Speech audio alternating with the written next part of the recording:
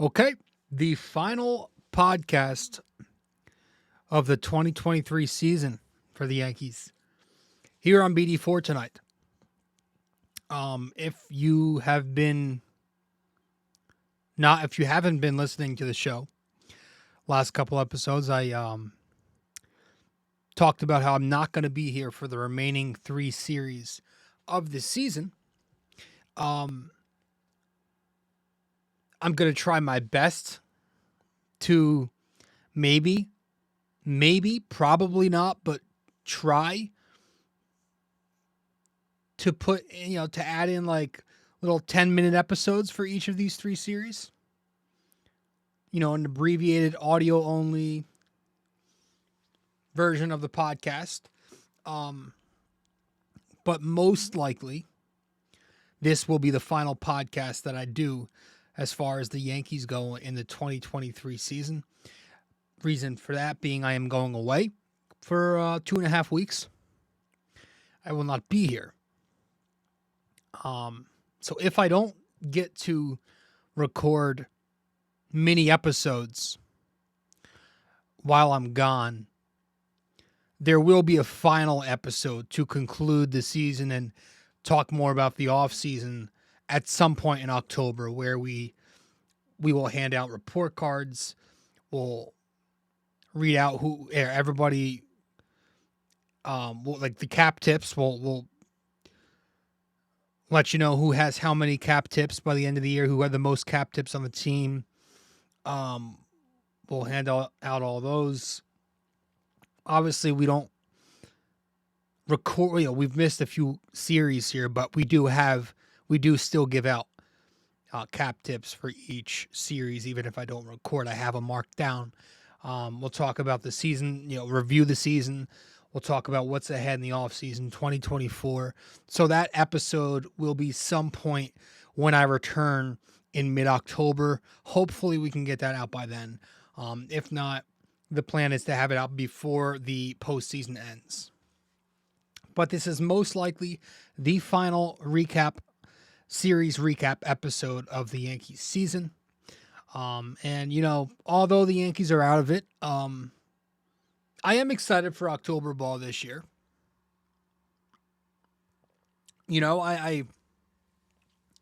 I'll say that. I get to watch baseball, postseason baseball as a baseball fan for once, right? Like the entire way through, there'll be no stress. Maybe I'll pick a team. Maybe I'll put some bets down. I like the Braves. I've always been like a closet, when I'm not watching the Yankees, Cubs fan. So if they make it, plus I love Bellinger. I like Candelario, although I think he's hurt right now. So maybe I'll root for the Cubs if they make it. I'm not sure where they are in the standings. And I believe the MLB divisional series begins right when I come back from Italy. I'll be in Italy. So I think right when I get back, we go straight into the LDS. Awesome. I love it, man. Yankees or not, I love this time of year. The fall weather, the crisp air, and just the atmosphere. It's different. October baseball, football season, the Knicks are around the corner for me. Michael Myers committing genocide in Haddonfield. Halloween season, man. It's my favorite time of the year by far. It's more like this to the end of the year. Christmas season, Halloween season, Thanksgiving season, I kind of all just this time of year and on is awesome for me. I just like it. So that's just a heads up. I will most likely not be recording episodes for each of these final 3 series to wrap up the season here, because I'll be away.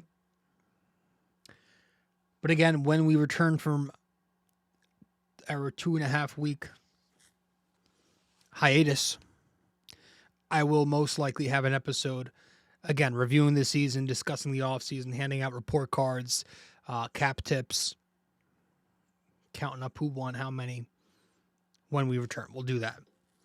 So with that all said, let's get to the intro, and we'll start talking about this Yankees team one final time for 2023. Let's get to it. Welcome to BD4, an RJ Carbone podcast. BD4, where there is no better way to get your Yankees and Knicks analysis. We also do MMA. Yanks every series, Knicks every game, MMA on occasion. BD4 is a 5-star show on Apple Podcasts, also available in video format on YouTube and Spotify. So thanks for stopping by, and we hope you enjoy the show. Champion of the world, turning, looking, see ya! Anthony for three, bang! That one goes down, and the game is tied! Time! Penetrates, creates, and showing some dexterity as well with the left hand. Yankees win! All right. What's happening, everybody? Welcome to the show. Welcome to episode 563 of the podcast. I'm your host, RJ, and you are listening to BD4, where there's no better way to get your Yankees and Knicks analysis. We also do MMA, Yanks every series, Knicks every game, MMA on occasion.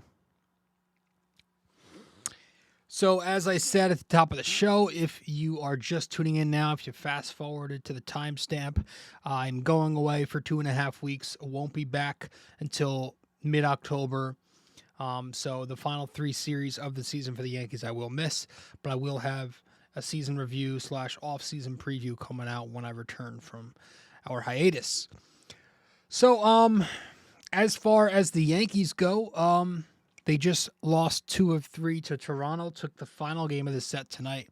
And tonight, I mean Thursday, September 21st. I am recording 11:30 p.m. Before the series, we got news that Everson Pereira is out with a hamstring issue. It sucks because this was his chance to really show that he had something, and he did nothing with it. He couldn't hit a breaking ball to save his life. We'll talk more on Pereira a little bit later, but he's probably done for the season. Dominguez got the surgery, I believe, yesterday on the 20th. If it wasn't yesterday, it was Tuesday. Posted it on his IG.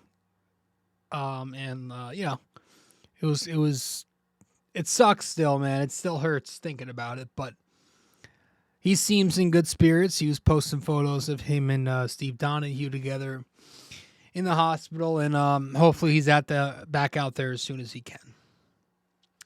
But let's really briefly recap this series. Again, these games mean nothing. I don't know why we're still talking about them, and we'll get to the important things after. But the first game of the series took place on Tuesday. The Yankees lost 7-1. You had Clarke Schmidt go up against Kikuchi, 1 second.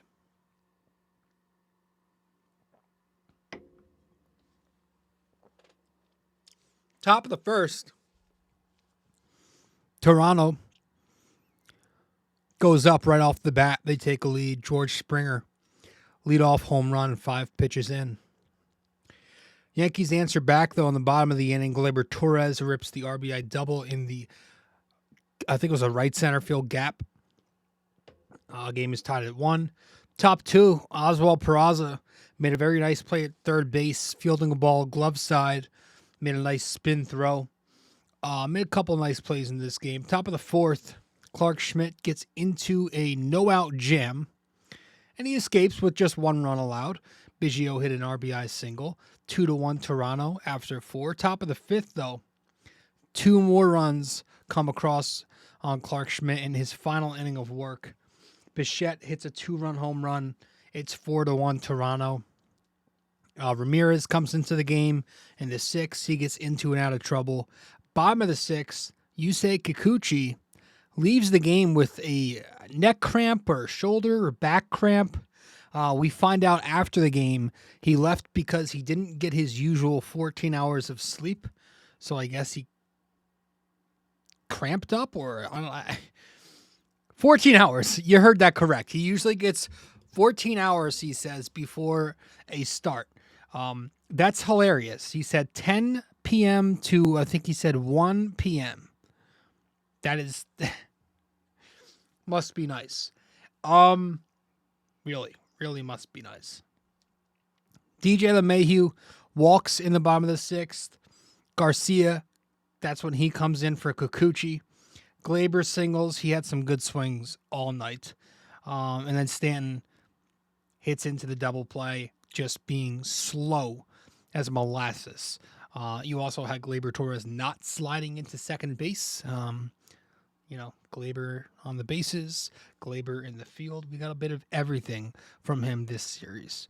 Top 7, IKF makes a nice throw from center field to get the runner at second base. And then top of the ninth, that random McAllister comes into the game. He gets smacked around. Clarke hits a 2-run home run off of him. Volpe makes another error. He's been making a ton of those lately at shortstop, and another run comes across there. All of a sudden, it's 7-1 Toronto. Yankees put some runners on in the ninth, but Stanton, doing what he does best nowadays, hits into another double play, and the Yankees lose 7-1.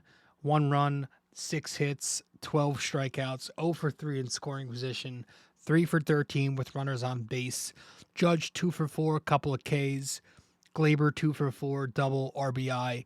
LeMahieu 1 for 3 with a walk.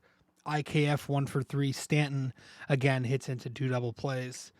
Schmidt in this game, 5 innings, 4 runs, 4 hits, 2 walks, a strikeout, 1 single strikeout, 2 home runs allowed, and he got the loss.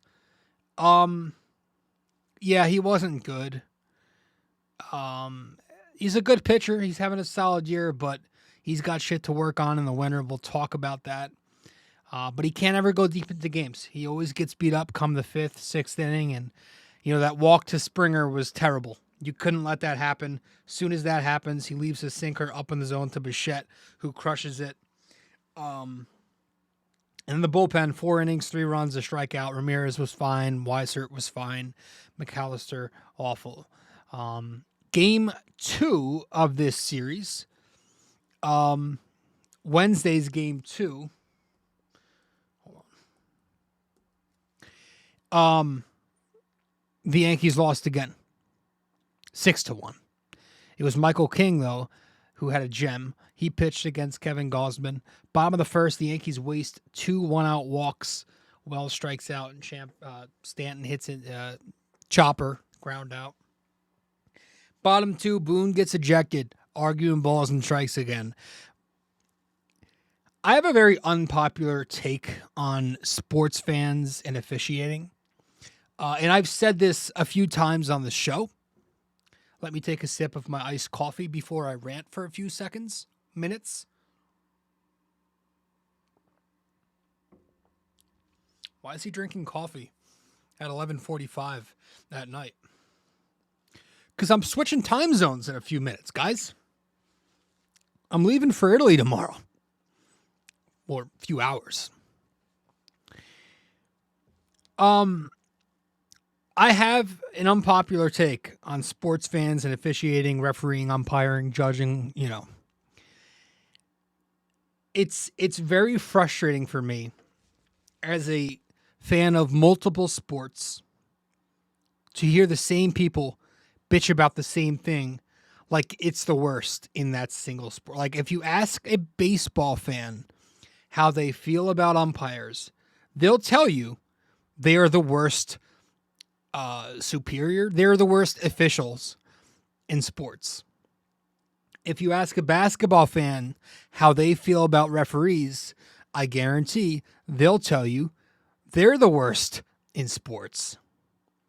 If you ask an NFL fan how they feel about referees, they'll tell you they are the worst in sports. If you ask a UFC fan how they feel about the judges, they'll tell you they are the worst in sports, especially lately with the whole 10-8 Valentina fight. It's amazing to me. It's really, really, really funny to me how perfect we all want everything to be. Again, this is only something you notice if you're a fan of multiple sports. I sit back and I witness everybody say the same thing. It's so funny. Just deal with it. I hate to say it, deal with it. Suck it up and live with it. Nothing is going to be perfect. Oh, but blah, blah, blah, blah, blah, blah, blah. No, you all do the same thing. Welcome to life. You don't always get what you want. You're on the couch. They're on the big stage. They're professionals. The best in mankind at what you're complaining about. It's not going to get much better. Don't get me started on robots, because we don't want more robots. Gonna have fucking AI umping and refereeing? No, that's not going to work. Top of the third inning. That's my rant. Michael King gets hit around a little bit. 3 straight singles. Score a run. It's 1-0 Toronto.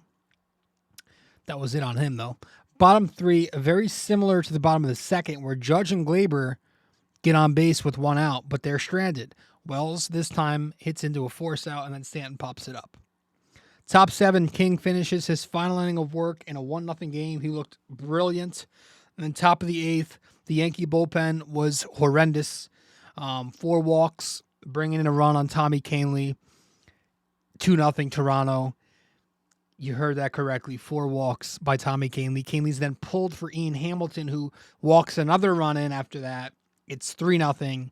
And then the game gets out of hand in the 9th inning. Hamilton still in.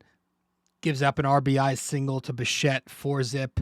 Then the 2-run single by some random. It officially puts the game to bed. It's 6-0 by then. Bottom 9, you get Austin Wells' first big league home run. He goes 4-16 to the second deck. Right field, 6-1. The Yankees lose. Wells was 2 for 4, double, homer, RBI. Oswaldo, 2 for 4. Glaber, 1 for 3 with a walk. Judge, 0 for 2, couple walks, couple Ks. Peraza, golden sombrero. Michael King, 7 brilliant innings, 1 run, 5 hits, no walks, 13 strikeouts in 101 pitches thrown. Finally got to see him go deep into a game. Loved that. Over 100 pitches. He won 7, given those 100 pitches. Pitched an absolute gem. Complete dominance. This is what you get excited about. They said 81 miles an hour was the average exit velo on contact in this game off King. That's great. He was pounding the strike zone early and often, kept it off the barrel. And he's been producing against some very good lineups. Toronto is no slouch. So get excited for Michael King. The bullpen, 2 innings, 5 runs, 6 walks, 4 hits, and a strikeout. Kahnle was horrendous. Hamilton, abysmal. Weissert, fine. And then Thursday, tonight, the Yankees win this game 5-3. It ended up being 5-3. It ended up. Cole pitched against Jose Barrios. Stephen A. Smith threw the first pitch. Bounced it. Was in the booth. Sure. Kind of random. I don't know why he threw the first pitch.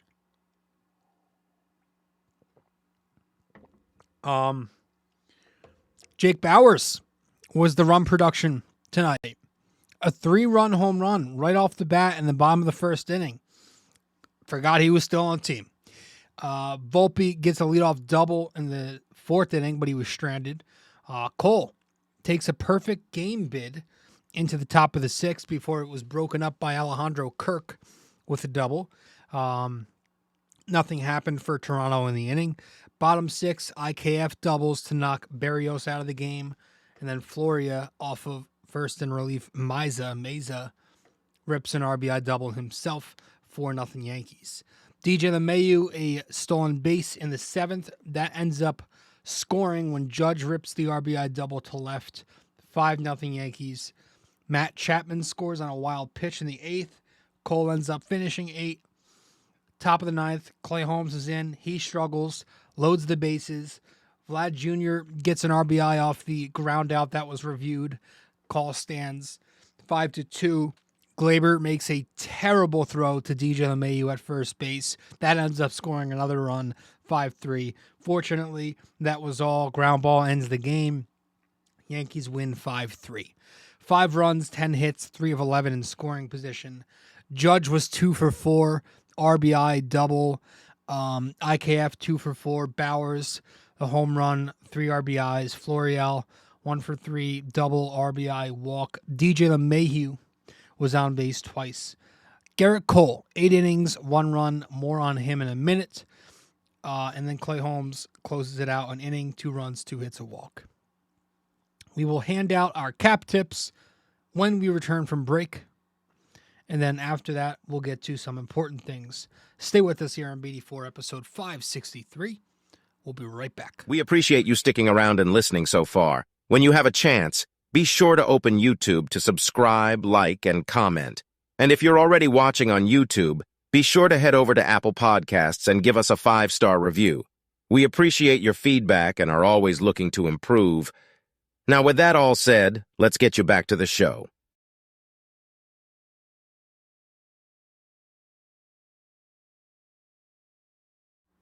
All right.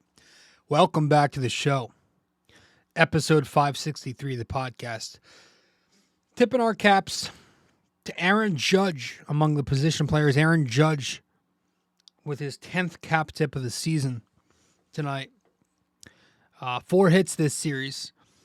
A double, 400 batting average, 2 walks, and an RBI. The average on the year is up to 259, so it's going back up. 972 OPS. Now, it'd be nice to see him get to 270 before the season ends. Maybe 1,000 OPS. Because that's who he is. He's not a 250s hitter.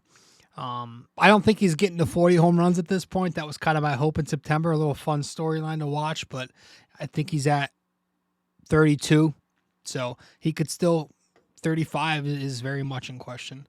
40 is always not in question, impossible. I meant to say 35 is very much in play.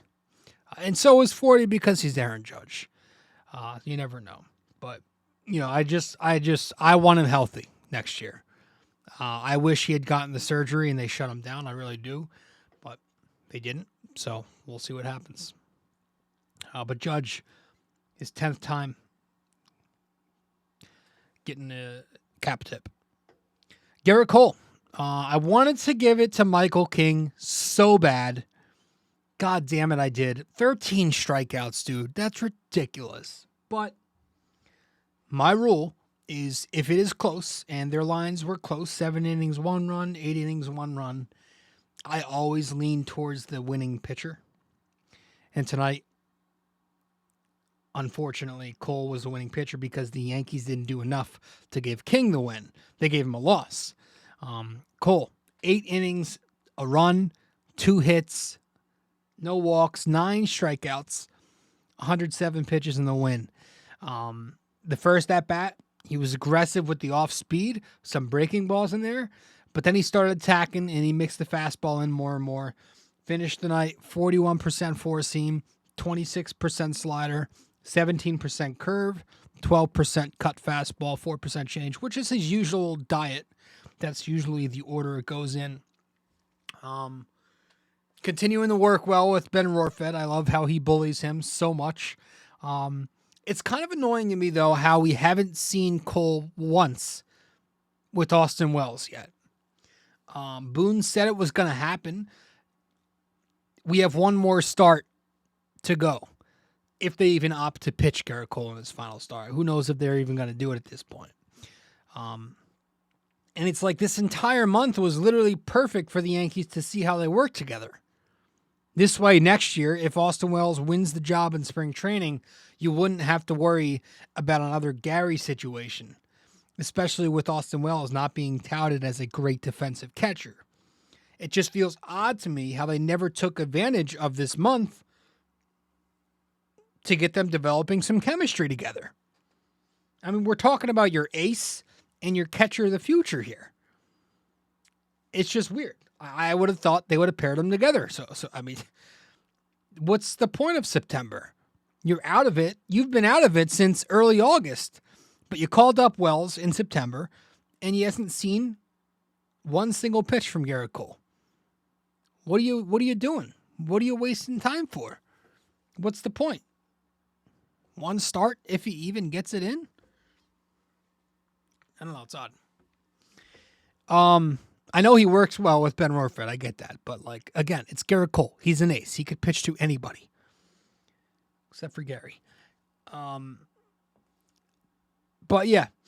Cole definitely, I think, has the Cy Young wrapped up now. It definitely needs to go to him. 32 starts on the year. He's 14-4. So maybe he'll pitch the final one. Try to get him 15 wins. 2.75 ERA. 200 innings on the dot. 217 strikeouts. And a whip of 102. Would like to get that under 1. That'd be great. 18th cap tip of the season for Cole. He has been worth every penny. You know I love him. I've criticized him before, but ever since last postseason, he's shut me up, and I'm all for him. And then we're going to the bullpen. This is an odd one because the bullpen was so bad. Greg Weissert is getting a cap tip. 2 innings, no runs for Greg Weissert this series. Process of elimination plus workload gets him his cap tip. McAllister allowed runs. Canely allowed runs. Hamilton allowed runs. Clay Holmes allowed 2 tonight. The only other relief pitcher to not allow runs this series was Nick Ramirez. But besides, it was just him and Weissert. And Weissert went 2/3 more innings this series, so I gave it to him. Why not? He deserves it. We talk shit on him enough. That's his first cap tip of the season here on September 21st. Greg Weissert. So let's talk some important things. When we return from break, I want to talk a little more. I know we've talked a lot about him, about Anthony Volpe's rookie season. Stay with us. We'll be right back. You can also find us on social media. If you'd like, you can follow BD4 on Facebook, and we're at BD4Pod on both Instagram and Twitter. We appreciate you helping us grow more and more every day. Let's get back to it.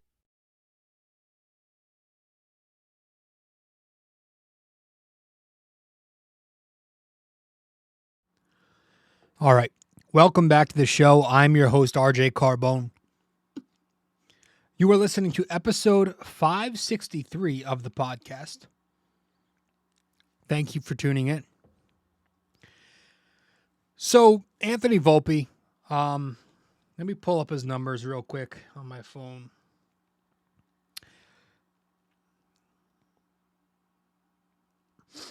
I was hoping for a hot September. I really was. He did pick up a double. He might be. He could be a double sitter, man. We'll talk about it. On the year, Anthony Volpe, he's played 151 games. And in those games, a 209 batting average, a 284 on base, a 388 slugging, which gives him a 672 OPS, 21 homers, 21 doubles, 4 triples, 60 RBIs, 50 walks, and 158 strikeouts, 24 stolen bases, if we didn't say that yet. If I was to, again, this is the final episode of the regular season, so if I was to give Volpe I was talking about this with my buddy in text the other day, a pass or a fail. If I was to give Volpe a pass-fail grade at the end of his rookie season, it's tough. Listen, this was kind of like a quadruple A year for him in the sense that they called him up knowing he wasn't ready. If you remember from the video at the very top of the season when he got promoted, Boone told him to his face in the interview. He said something along the lines of, "We want you to continue your development at the major league level." Pay attention to that. We want you to continue your development at the major league level, aka you're not ready yet, but we're going to give you your year anyway and let you run it through, right? And it's the swing, all right? It's the swing that concerns me.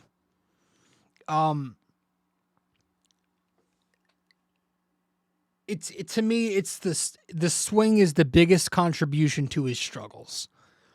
I just feel like there's too much uppercut on it. The launch angle, I feel like he swings way too hard. I said that, analytics people. When he's behind in the count, he's still trying to crush off-speed pitches. He'll get a fastball away, and he'll still try to crush it to left field still. Like, he could hit the fastball in general. He's 258 on the fastball entering tonight on the four-seamers. He's 258 with a 578 slugging on four-seamers. That's good. But it's breaking balls and it's off speed that he struggles on. He's 144 with a 251 slugging on breaking balls entering tonight. And he's 189 with a 245 slug on off speed. And until he and the Yankees shift his focus to using the outer part of the plate the correct way, and he brings a different approach with two strikes, Volpe's not going to hit. He's not going to get on base. And I've said before, the whole Jeter thing, it's way too big of an expectation. It's all, we've mentioned this months ago, it's marketing. It's to make Hal money, to sell jerseys, sell merch, get asses in seats, the TV ratings go up, all that. They rode the entire thing for money. You know, the whole Jersey kid, shortstop from New Jersey, who idolized Jeter growing up. They went hard on that because they wanted to make them money, and it did. But Anthony Volpe's not Derek Jeter. He's a different type of hitter than Derek Jeter is. He's not going to be hitting 315, okay? Volpe, if all goes well, and he works on his shit hard, works hard with Sean Casey in the offseason, hopefully gets some mentorship from guys like Judge and Rizzo, good professional hitters. I see him developing into a 250s hitter. Could maybe touch an 800 OPS in his prime consistently. 25-25 guy, homer, stolen bases, and good enough shortstop defense, despite the arm not being strong. So I think that at a shortstop position gets you a few all-star appearances, right? You'll have some outlier years where he hits extra, and I think that's a good, solid all-around player, man. That's a good upside to have. If he fine-tunes some things, he could be that type. He could be a Dustin Pedroia type with maybe a little less contact and a little more power. But he's got to fix his shit. He's got to work hard. Get in the cages and work with the right guys and pay attention to the right things and, you know, focus on line drives. He's a small kid. He doesn't have to be swinging like Aaron Judge swings. The power will come at Yankee Stadium with the short porch. He doesn't have to worry about launch angle. He shouldn't be having to worry about exit velocity. He should be focusing on that right center approach. I get concerned because we've talked about other Yankee prospects who could have had that same right center approach, but it never panned out with them. Gary Sanchez, we wanted to have that approach. Didn't work. Gleyber Torres, he's had struggles over the years. Found something now. So if I'm giving him a pass-fail grade, I would say pass because I've seen enough to have optimism still for his future, but it's the very, very, very, very bare minimum type of pass. Like, it's enough to survive another day type of pass. Like, I barely say pass. I was borderline not pass, but I've seen just enough from him to where I think it's possible that he could turn into a decent player. Again, I don't think he's a superstar. That was everybody's expectation at the beginning of the season, and even I fell for the bait. But I think he could be a borderline all-star. I think he could be a solid piece of the team, a really good shortstop, the best we've had since Derek Jeter, even. I don't know how much that says, but I think he'll be a solid all-around player. He just has to work on his shit. You know? Again, though, that's why this whole analytics examination that we're hearing about, that's why it's very important. That's why it's super important that these guys come in here and they fix this. I hope these guys, went right in there and they look straight at player development and they look into Cashman's analytics people, and they can't keep preaching these philosophies. Not to this extreme, they can't. There has to be a balance to it. I heard this on a podcast the other day. I forget what the podcast was called, but it's actually a couple of my buddies, two of my buddies who I used to play baseball with after high school in this like club league. They're like a big time podcast. And on their podcast, they weren't in this episode, but Simonetti, he's popular. I forget what the podcast is called, but you know who I'm talking about. They were saying on the show, and I loved what they said about the analytics department and how, like, assuming Aaron Boone is back, and he will be, you got to let him manage next year. You got to let Boone manage the team. You got to stop fucking around in there and let him run his own show. Let him run his own game. Tell Cashman, tell Fishman and his people to screw off. We're done with that. We're not doing this again. This is my team. I'm manager. These are my players. Respectfully, get the hell out of my ear, get out of my dugout, and stop interfering with my operation. You have control of the roster. Let me have control of the game. That's what they need to do. That's the way it needs to be next year. We can't do this whole thing again where they're running the show and Boone's on strings. It can't be like that anymore. It hasn't worked. So hopefully that's what this analytics audit is that we're hearing about. They need to go in there and they need to shift their focus. Just shift it. Make them a little more contact oriented. And how do you do that? You go out and get guys who make a little more contact maybe. And you maybe, in your player development department, you preach that to the younger minor leaguers. You preach that two-strike approach to your rookies and sophomores as opposed to hitting it 95 miles an hour and calling that a success, out or hit. No. Work on a two-strike approach. Tell them that singles are okay. Maybe work on that first and third hitting behind the runner situation. Go out and build a roster that's a little more balanced, lefty-righty switch. Go out and sign a Bellinger or trade for Soto. Maybe pay Heimer Candelario to switch hit for you and play third base. You got to do what it takes. You got to do what it takes to be the Yankees who thrive. And the Yankees who've always thrived have been those types of teams. So they need to come in there and shake up this entire philosophy. They need to also look over this entire medical staff again and figure out why and how all of these guys continue to keep going down. I know some of them are old. I know some of them have gotten hurt in the past on their former teams, but it's way too recurring. And now we're seeing younger guys go down, and it's just very, very pathetic when you consider how badly the Yankees handle these things. The amount of embarrassing tweets that these reporters have to put out there into the world, it's scary how bad the Yankees handle some of this shit. So, analytics are supposed to be a useful resource, and that's all. They're not supposed to be something you live and die by 24/7. And it concerns me very much when I hear Aaron Boone sarcastically call analytics the boogeyman, because that tells me he can't even see that there is a flaw there. Talking Yanks. It's something that's going to depend. That's it.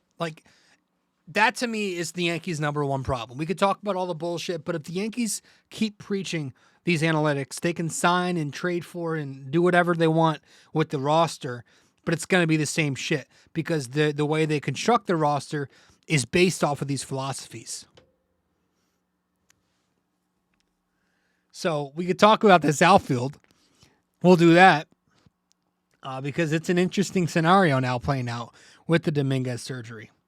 We'll talk about the outfield when we return from break. Stay with us here in BD4, episode 563.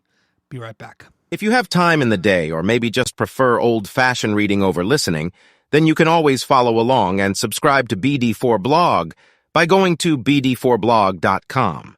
We're not on there as often, but when we do post, it's just as entertaining, opinionated, and passionate as we are on this podcast. Thank you so much. And let's keep on with the show.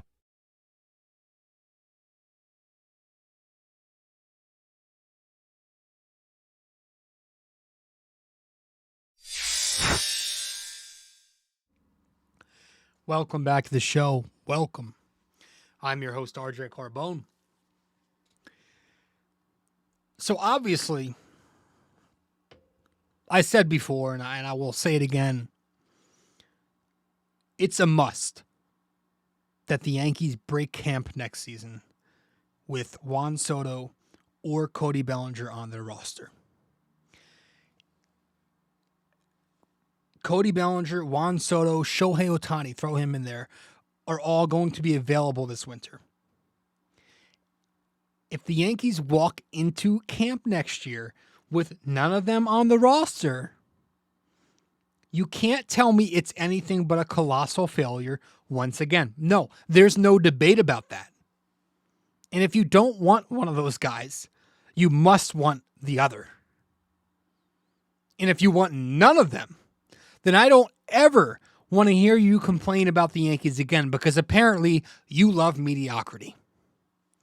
There are two gigantic names out there in Soto or Bellinger. We'll put the Ohtani thing aside, but there are two gigantic outfielders out there. Big, giant names. Soto is obviously 1A. Bellinger's way down further, but he's like the second option.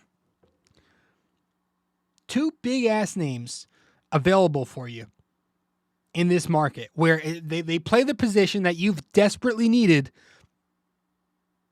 for 2 straight seasons now. It sounds very similar to the shortstop market that you passed on for 2 straight seasons with a stacked free agent market.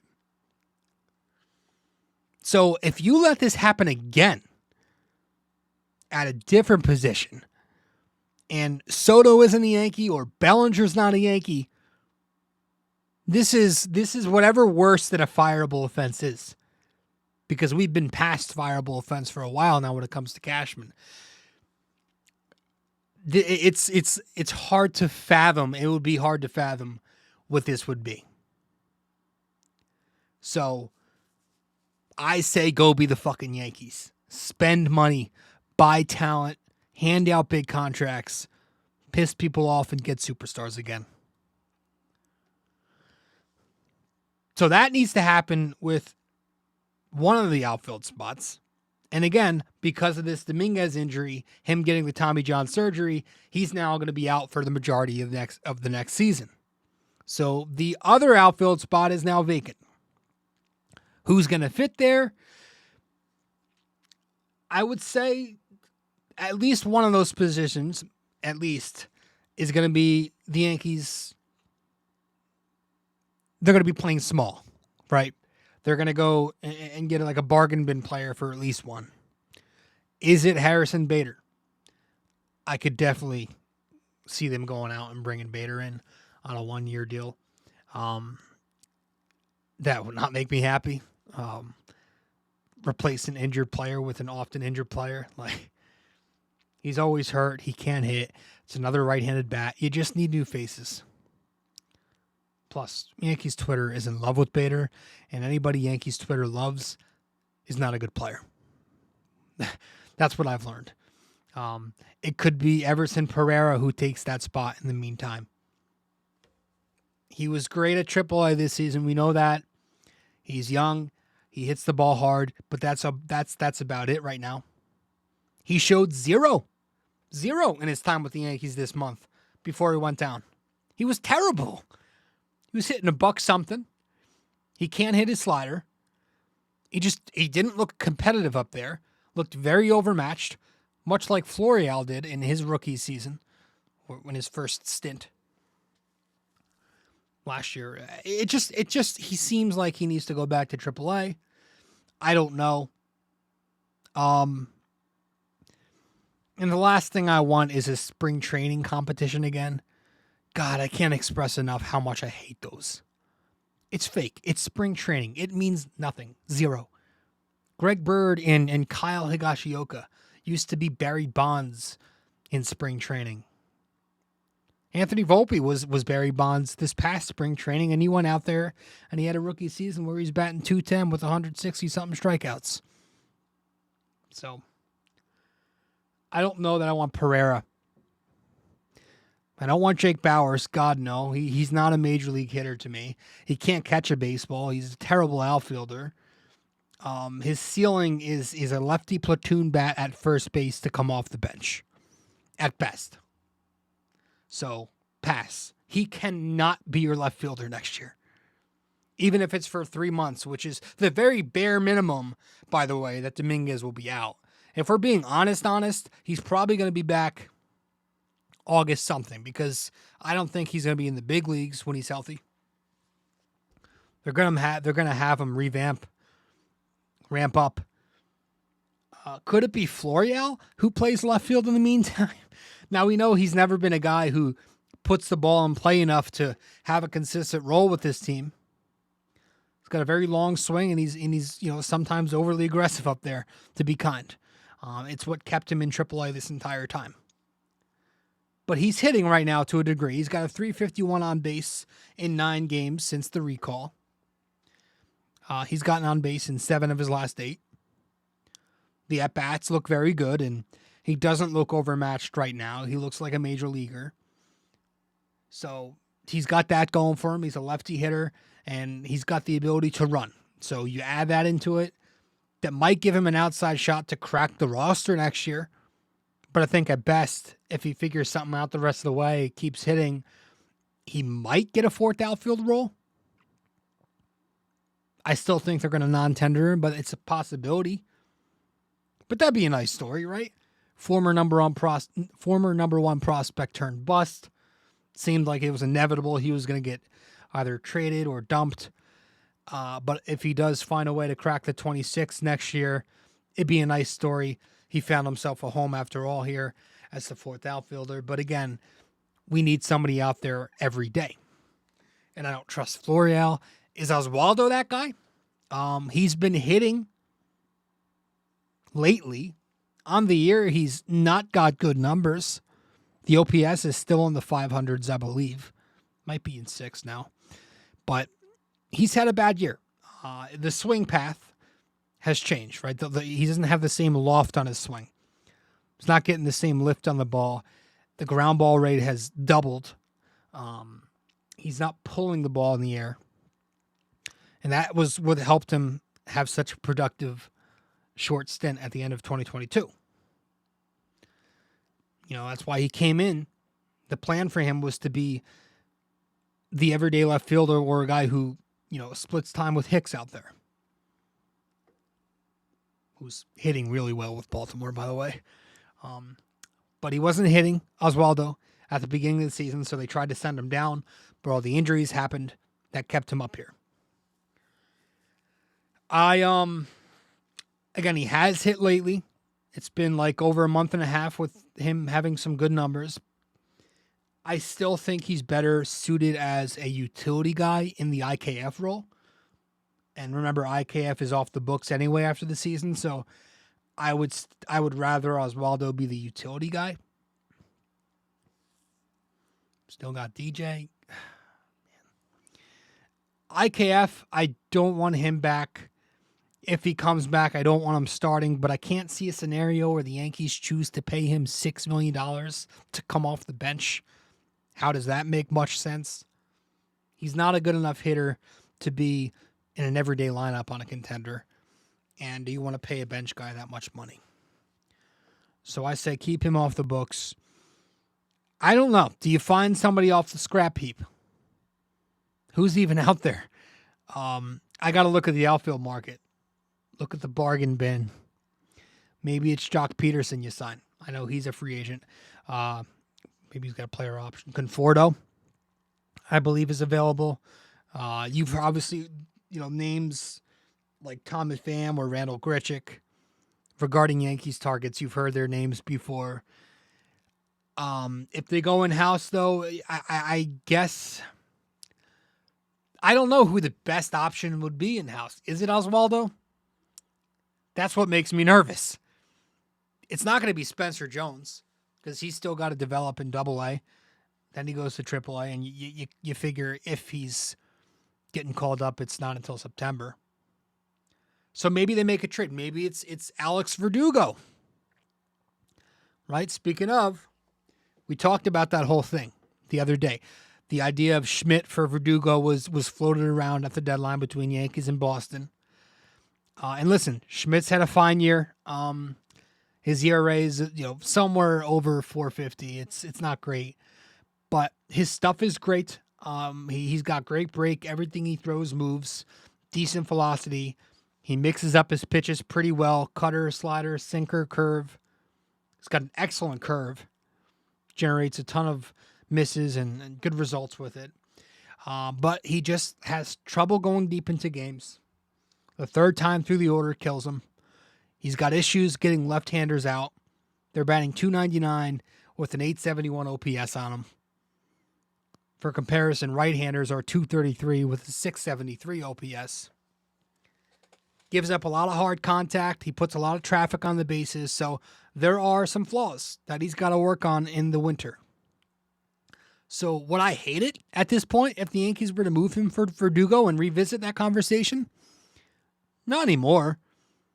I think Schmidt is pretty expendable now with Michael King doing what he's doing. Plus, you've got the option of Yamamoto now. Kind of makes Clarke Schmidt an expendable player. He's a controllable right-handed pitcher at 27 years of age, still with 4 more years left. So I think Verdugo's got 1 more after this year. So Clarke Schmidt, his value is the highest it's been. He's got good numbers since that early May blow up against Tampa. That kind of jump-started his season. He's been pitching very well. So I say, sell high. Sell high. I just feel like if the offer is there, we can do something with it. I like Schmidt, but I won't pretend that we can't do better. We can. Get your additional outfielder, whether it's Verdugo or maybe another serviceable name in the trade market, free agent market, maybe if you don't want to trade him. But I don't know what's out there. I mean, if this was the Yankees of old, I'd be saying Soto and Bellinger. But now we're the new age Yankees, and would any of us be shocked if they didn't get either of them? No, we wouldn't. But I would move Schmidt for Verdugo. I mean, I would consider it.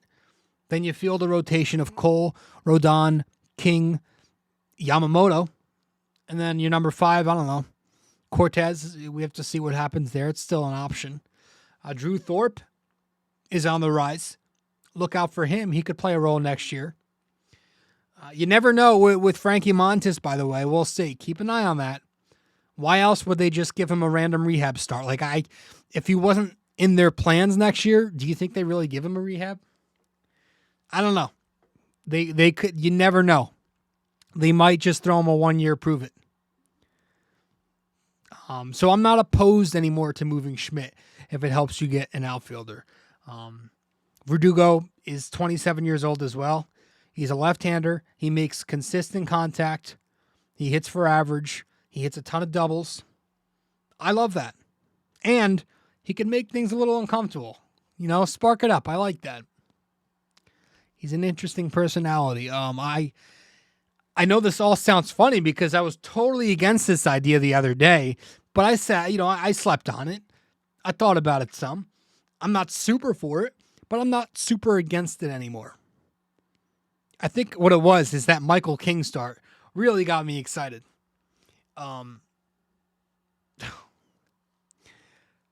So yeah, we'll see.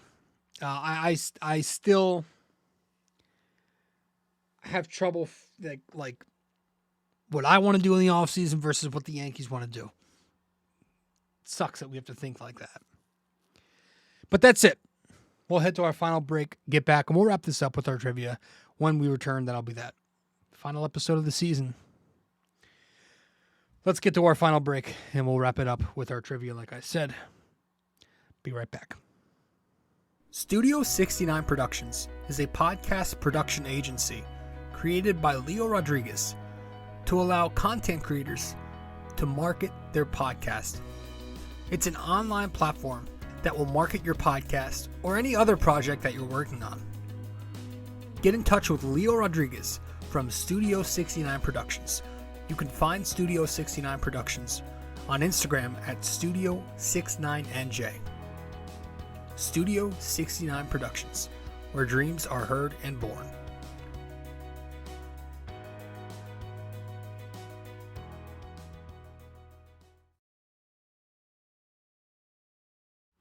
Giants just got their ass kicked. I didn't watch, but I just saw the score.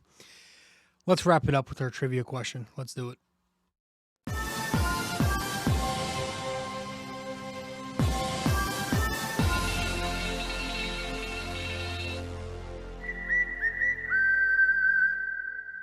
All right.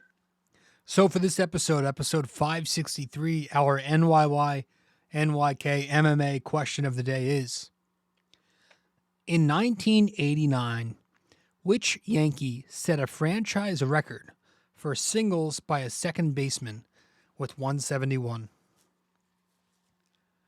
In 1989, which Yankee set a franchise record for singles by a second baseman with 171? So let me know the answer wherever you can reach me. If you get the answer correct, I'll give you a shout out in this episode, in the next episode, which again won't be until a couple weeks from now. But I appreciate you all tuning in all year. I appreciate everything. Thank you. I really do. So appreciate all the support, all the comments I get on social media. I love having conversations with people. It's always fun. Never get too serious. So sometimes I forget to add a haha or an LOL, and people think I'm like angry. I'm not. That's it. I'm excited for the Knicks. That'll be a fun year. So that's it for this episode. That's it for the Yankees in 2023. Our season is over here on BD4. Again, the next episode will be at least 3 weeks from now. I'll talk some offseason, season review as well. But that's it for this one. Thank you so much. I appreciate it very much. Thank you. Thank you. This episode was brought to you by Anchor. Hey there! If you stayed the entire way through, we thank you immensely for it. We hope you enjoyed this podcast and that you come back for the next episode real soon. Don't forget to like, subscribe, comment, download these episodes, and share them with your friends as well. BD4 is a 5-star podcast simply because of you, and we'd like to keep it that way. Have a wonderful day. Go Yankees and go Knicks!